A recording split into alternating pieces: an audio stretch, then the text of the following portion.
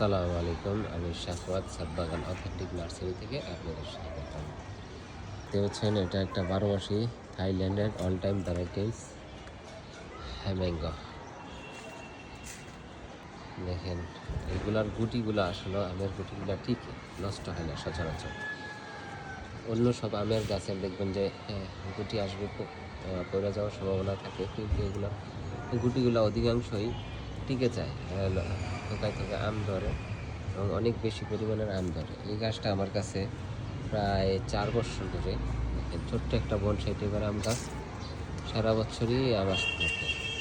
ছোট্ট একটা রঙের ড্রামে সারা বছরই এটা আম আসতে থাকে।